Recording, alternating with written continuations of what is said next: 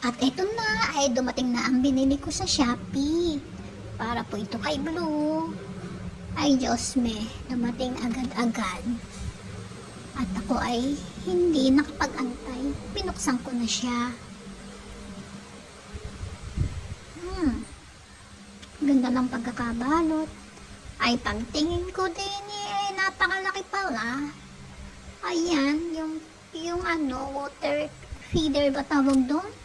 Ay Diyos me, malulunod ang aking si Blue. Napakalaki pala, hindi ko in-expect to. Ay nako, pwede to sa pang ilang far babies. Nag-iisa lang si Blue, baka mag-swimming din eh. At ito pa yung isa kong in-order. Palagi naman akong umorder nitong wipes. Para pag every morning at hindi naman maliligo si Blue, pahid-pahid muna siya, punas-punas. Yan. At ito naman isa, cool pad na lalagyan daw ng tubig.